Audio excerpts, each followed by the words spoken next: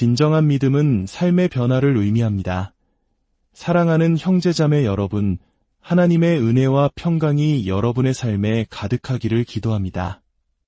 오늘 우리가 함께 나눌 이 말씀이 여러분의 영혼에 깊은 울림을 주고 주님과의 관계를 더욱 돈독하게 하는 귀한 시간이 되기를 소망합니다. 만약 이 말씀이 여러분에게 감동을 준다면 주변에 사랑하는 이들에게 공유하여 하나님의 선한 소식을 함께 나누는 축복의 통로가 되어주시길 바랍니다. 여러분의 작은 나눔을 통해 더 많은 영혼이 주님께 돌아오는 놀라운 역사가 일어나길 기도합니다. 성경은 우리에게 몸을 하나님이 기뻐하시는 거룩한 산제물로 드리라고 말씀합니다. 오늘 저는 이 말씀의 의미에 대해 깊이 나누고 싶습니다.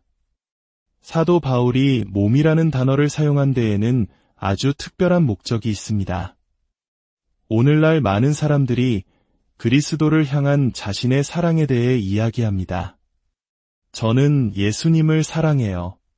제 마음속에는 예수님이 계십니다. 라고 쉽게 고백하곤 합니다. 하지만 성경은 분명히 가르칩니다. 만약 그리스도께서 진정으로 당신의 마음 안에 계시고 당신이 온 마음을 다해 그분을 사랑한다면 당신의 삶의 방식은 반드시 변해야만 합니다. 당신의 몸을 사용하는 방식 자체가 달라져야 합니다. 만약 당신이 온 마음을 다해 그리스도를 사랑한다면 그리스도께서는 당신의 눈의 주인이 되실 것입니다. 그분은 당신 생각의 주인이 되실 것이며 당신 입술의 주인이 되실 것입니다. 당신이 행하는 모든 일, 당신의 모든 행실과 삶의 열매의 주인이 되실 것입니다. 그러므로 오늘 이 자리에 있는 누구도 자신의 삶 속에서 그 사랑이 명백히 드러나지 않는 한 나는 온 마음을 다해 그리스도를 사랑합니다. 라고 섣불리 말해서는 안 됩니다. 하나님께서는 단순히 우리의 마음만을 원하시는 것이 아닙니다. 그분은 우리의 마음과 생각, 우리의 뇌와 손, 우리의 발과 눈, 우리의 모든 것이 그분의 뜻에 온전히 복종하기를 원하십니다. 우리 존재 전체가 그분께 드려지기를 바라십니다. 그리고 하나님의 뜻에 가장 온전히 순종하는 사람이야말로 이 세상에서 가장 행복한 사람입니다. 우리의 소망은 단순히 우리의 자유의지를 행사하는 것이 되어서는 안 됩니다. 우리의 진정한 소망과 목표는 하나님의 뜻에 우리 자신을 온전히 내어드리는 것이 되어야 합니다. 왜냐하면 그분께 순종할 때 우리는 비로소 참된 기쁨과 환희, 그리고 영원한 생명을 발견하게 될 것이기 때문입니다. 성경은 이렇게 자신을 드리는 것이 우리가 드릴 영적 예배라고 말합니다. 이것이야말로 우리가 우리의 삶으로 할 수 있는 유일하고도 가장 합리적인 행동입니다. 만약 당신이 입술로 예수 그리스도가 주님이시라고 고백한다면 그에 대한 유일한 이성적인 반응은 당신 자신을 온전히 그분께 내어드리는 것입니다. 하지만 오늘날 교회가 보여주는 모순을 보십시오. 우리는 그리스도를 주님이라고 부르면서도 그분의 뜻에는 순종하지 않습니다. 그리스도는 나의 생명이라고 노래하면서도 우리의 삶에는 다른 우상들이 가득합니다. 이 모순이 보이십니까? 그리스도는 나의 전부라고 말하면서도 정작 그분을 섬길 시간은 없다고 말합니다. 그리스도는 나의 모든 것이라고 고백하는 사람의 삶의 방향이 명백히 이 세상의 것들을 추구하고 있다면 그것은 심각한 자기기만입니다. 만약 그리스도가 당신의 주님이시라면 그분은 당신 존재의 모든 것을 소유하셔야만 하며 당신의 모든 것을 다스리셔야 합니다. 그렇지 않다면 당신은 이성적인 존재로서 올바로 기능하고 있지 않은 것입니다. 로마서 12장 2절은 이렇게 말씀합니다.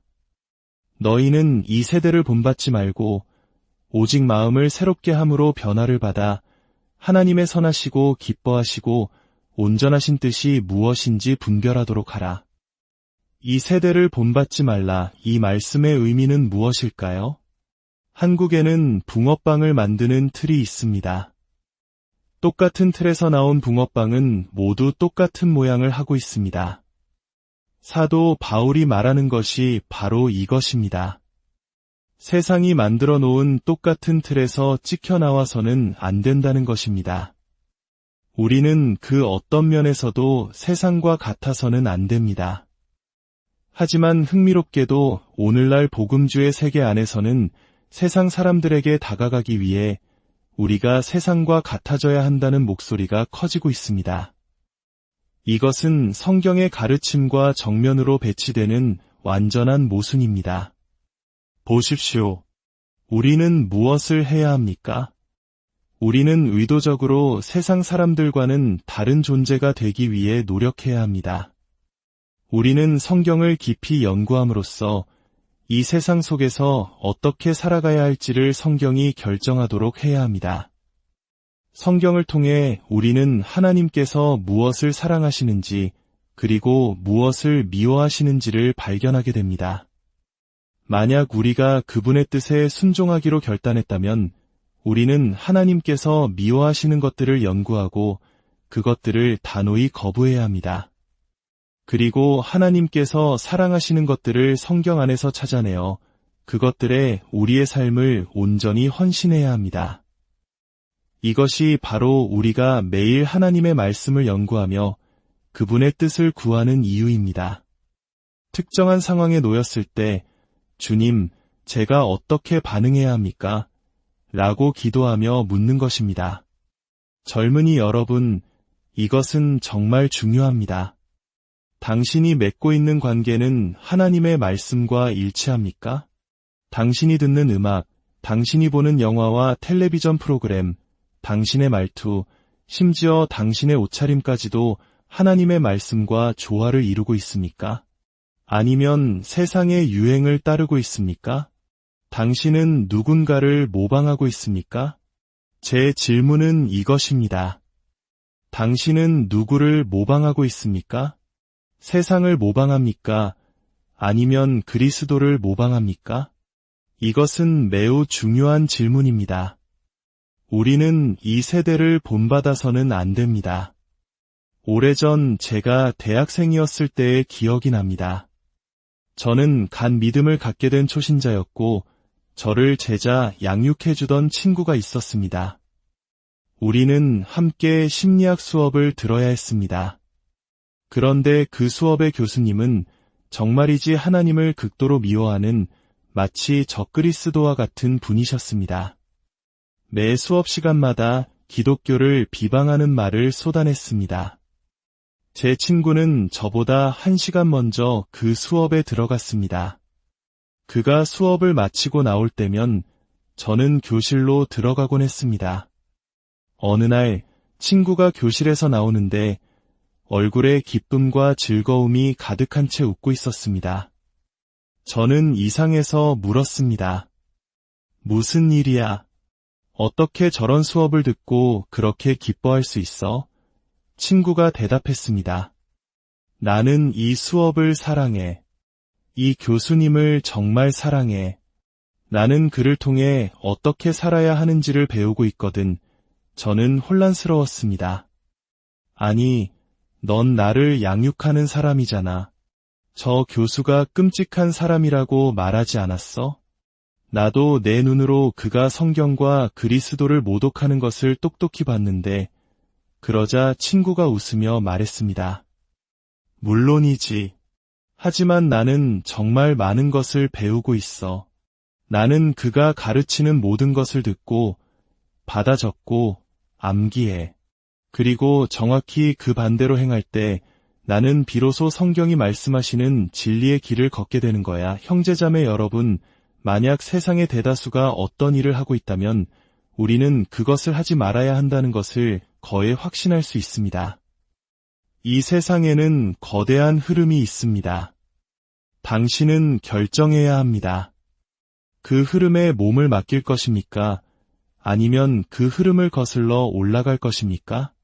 하지만 그건 너무 어려워요. 우리는 아직 젊고 세상의 유혹은 너무나 강합니다. 라고 말할지도 모릅니다. 저도 압니다. 저도 젊은 시절 모든 학생이 조롱하는 대학 한복판에 서서 복음을 외쳤던 경험이 있습니다. 우리에게 큰 희생을 요구하는 어려운 결정을 내려야만 했던 순간들을 압니다. 하지만 그것이 바로 그리스도께서 당신에게 요구하시는 것입니다. 진정한 기독교의 세계에 오신 것을 환영합니다. 만약 당신이 그리스도인이 되겠다고 결심했다면, 만약 당신이 그리스도인이라는 칭호를 달고 살아가기로 했다면, 당신은 고통스럽고 상처받는 결정을 내려야만 할 것입니다. 이 타락한 세상 속에서 믿음을 지키며 살아가려 한다면, 당신은 고난을 겪게 될 것입니다. 만약 세상이 당신과 아무런 문제가 없다면, 사탄 역시 당신과 아무런 문제가 없는 것입니다. 왜냐하면 당신이 세상과 함께 걷고 있기 때문입니다. 하지만 성경은 우리에게 이 세대를 본받지 말라고 가르칩니다. 대신 우리는 어떻게 해야 합니까? 마음을 새롭게 함으로 변화를 받아야 합니다. 여러분에게는 믿음의 교제가 필요합니다. 그리스도인 친구들을 사귈 수 있는 건강한 교회에 속해야 합니다. 또한 성경적인 설교를 들을 수 있는 교회에 출석하는 것도 매우 중요합니다. 하지만 그것만으로는 충분하지 않습니다. 이 자리에 있는 여러분 각자는 하나님의 말씀으로 자신의 마음을 새롭게 하는 일에 개인적으로 헌신해야만 합니다. 아무리 좋은 콘퍼런스에 참석하고 세상에서 가장 훌륭한 목사님의 설교를 듣는다 해도 만약 당신이 매일 개인적으로 말씀을 읽고 묵상하는 경건의 시간을 갖지 않는다면 아무 소용이 없습니다. 제가 지금까지 만나본 가장 영적인 사람들은 공통적으로 두 가지 특징을 가지고 있었습니다. 첫째, 그들은 자신의 삶을 하나님의 말씀으로 완전히 채웠습니다. 둘째, 그들은 기도의 사람들이었습니다. 육신이 가장 하기 싫어하는 바로 그 두 가지입니다. 많은 사람들이 교회를 성장시킬 비결이나 특별한 전략을 찾습니다. 세상의 경영학에서 나온 인본적인 방법들을 사용하기도 합니다. 하지만 우리가 진정으로 강한 교회를 세우기 원한다면 그 기초는 오직 성경 연구와 순종, 그리고 기도 위에 세워져야 합니다. 27년이 지난 지금도 매일 저의 가장 중요한 사역은 설교나 목회가 아닙니다. 교회를 성장시키는 것도 아닙니다. 저의 가장 핵심적인 사명은 매일 하나님의 말씀과 기도 안에서 그분과 개인적으로 만나는 것입니다. 때로는 1시간, 2시간, 3시간 또는 그 이상 오직 그분을 더 깊이 알아가고 그분과의 관계 안에서 성장하기 위해 시간을 보냅니다. 이것이 바로 당신에게 필요한 것입니다. 지금 잠시 생각해 보십시오. 당신은 일주일에 몇 분이나 하나님의 말씀을 연구하고 읽으며 주님을 찾는 데 사용하고 있습니까? 몇 분이나 기도하고 있습니까? 우리는 기독교 신앙의 가장 핵심적인 훈련들을 거부해왔고 그것이 바로 우리가 마땅히 성장해야 할 만큼 성장하지 못하는 이유입니다. 마음을 새롭게 함으로 변화를 받으십시오. 영성과 지성은 분리될 수 없습니다. 우리가 그리스도에 대한 지식 안에서 성장할수록 우리는 그리스도를 더욱 닮아가게 됩니다. 성령께서 우리가 머리로 아는 말씀을 우리 삶에 적용하시며 우리를 변화시키시는 것입니다. 우리의 자녀들은 학교에서, 미디어에서, 인터넷에서 수만 시간 동안 하나님 없는 세상의 가치관을 배우고 있습니다. 세속적인 인본주의 사상에 끊임없이 노출됩니다. 그런 자녀가 일주일에 고작 30분 성경을 읽는다고 해서 그 영혼이 어떻게 세상의 거대한 파도에 맞서 싸울 수 있겠습니까? 이것은 미스터리가 아닙니다. 형제자매 여러분, 우리가 신앙생활에서 그토록 힘겨워하는 이유는 명백합니다. 수만 시간의 세속적 가르침과 고작 몇백 시간의 성경적 가르침, 이 싸움의 결과는 불보듯 뻔합니다. 만약 당신의 자녀를 세상에게 내어준다면 당신은 세상의 자녀를 얻게 될 것입니다. 이 타락하고 부패한 세상 속에서 당신은 어떻게 싸워나갈 수 있겠습니까? 당신 안에 하나님을 아는 지식이 아주 조금밖에 없다면 어떻게 신자로서 이 땅을 걸어갈 수 있겠습니까? 사랑하는 여러분, 진정한 믿음은 감정이 아닙니다. 그것은 삶의 전적인 변화입니다. 그것은 세상의 틀에 찍혀 나오기를 거부하고 매일 하나님의 말씀과 기도로 우리의 마음을 새롭게 하여 그리스도를 닮아가는 거룩한 여정입니다. 이제 함께 기도하겠습니다. 사랑과 은혜의 하나님 아버지, 오늘 우리에게 주신 귀한 말씀을 감사합니다. 우리가 입술로만 주님을 사랑한다 고백하는 위선에서 벗어나 우리의 온 삶으로 우리의 눈과 입술과 손과 발로 주님을 사랑하며 그 사랑을 증명하는 삶을 살게 하여 주시옵소서.